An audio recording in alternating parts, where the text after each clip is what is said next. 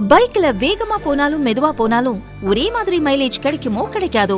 ஆனா அல்ட்ரா டியூரா ஃபிளேம்ல அதிக வெப்பத்துல சமைச்சாலும் எத்தனை பர்னர்ல சமைச்சாலும் 70% எரிவாயு சேமிக்கும். வேகமாவும் சமைக்கலாம், காசு மிச்சம். Ultra டியூரா flame. Wherever you go, whatever you do, throw a little at it. Omax Vest and Briefs. கேரளாவின் சபரிமலை ஐயப்பன் கோயில் மண்டல பூஜை கடந்த 17இல் துவங்கியது. இதையொட்டி 16ஆம் தேதி மாலை கோவில் நடை திறக்கப்பட்டது. அன்று முதலே ஏராளமான ஐயப்ப பக்தர்கள் சபரிமலைக்கு படையெடுக்க துவங்கினர். இதனால் பம்பை முதல் சன்னிதானம் வரை பக்தர்கள் கூட்டம் அலைமோதியது. ஆன்லைன் முன்பதிவு மூலம் தினமும் 70,000 பேரும், ஸ்பாட் புக்கிங்கில் 20,000 பேரும் அனுமதிக்கப்படுவர் என அறிவிக்கப்பட்டிருந்தது.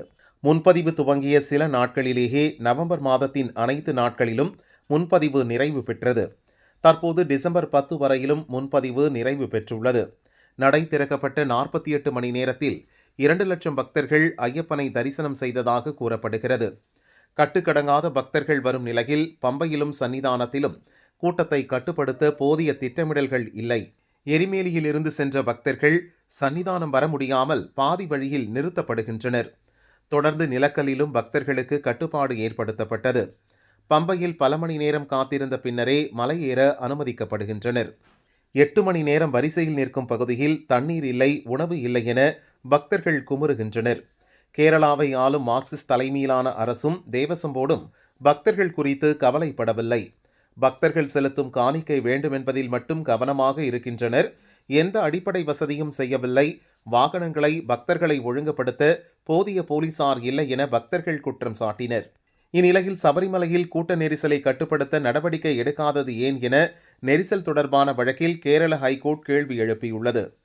சபரிமலையில் மண்டல பூஜை துவங்கியது முதலே கூட்ட நெரிசல் அதிகரித்து வருவதை காண முடிகிறது. இதற்கான ஏற்பாடுகளை திருவிதாங்கூர் தேவசம் போர்டு முன்பே செய்யாதது ஏன்? 6 மாதங்களுக்கு முன்பே பக்தர்களுக்கு தேவையான வசதிகளை செய்திருந்தால் கூட்ட நெரிசலை தவிர்த்திருக்கலாம். இதற்கு தேவசம் போர்டின் அதிகாரிகளிடையே போதிய ஒருங்கிணைப்பு இல்லாததே காரணம். பக்தர்களுக்கான அடிப்படை வசதிகளை ஏற்பாடு செய்வது குறித்து ஏற்கனவே பிறப்பித்த உத்தரவுகளை தேவசம் போர்டு ஏன் பின்பற்றவில்லை? ஒரே நேரத்தில் அதிகப்படியான பக்தர்களை மலையேற அனுமதித்தது ஏன்? 4,000 பேர் நிற்க வேண்டிய இடத்தில் 20,000 பேரை அனுமதித்தால் என்ன செய்ய முடியும்? ஒரே இடத்தில் பக்தர்களை தேக்கி வைப்பது ஆபத்தானது.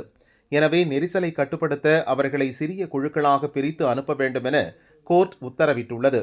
இதற்கிடையே நெரிசலை சமாளிக்க அரக்கோணத்திலிருந்து தேசிய பேரிடர் மீட்பு படையினர் சபரிமலை சென்றுள்ளனர்.